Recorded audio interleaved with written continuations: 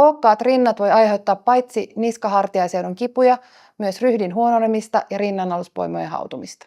Tietyt liikuntalajit on usein haasteellisia ja kookkaat rinnat voivat aiheuttaa myös vaikeutta nukkumisessa.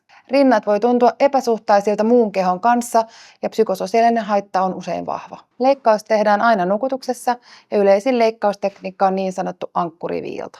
Nännin verenkierto säilytetään sisäisen kannaksen avulla, rintakudosta ja ihoa poistetaan yleensä ihon alaosasta ja rinta uudelleen järjestellään. Huolellinen jälkihoito kotona on tärkeää. Tukiliiveä käytetään yötäpäivää 4 viikkoa ja kaikkea yläraajojen voimakasta liikettä on vältettävä. Tarvittavan sairasloman pituus vaihtelee 1-4 viikkoa työn raskauden mukaan. Rintojen pienennysleikkaukseen liittyy yleiset kirurgiset leikkausriskit, kuten haavanparannusongelmat, turvotus ja arvet. Rintojen lopullinen muokkautuminen kestää usein kuukausia ja useimmat potilaat kokee elämänlaadun parantaneen merkittävästi.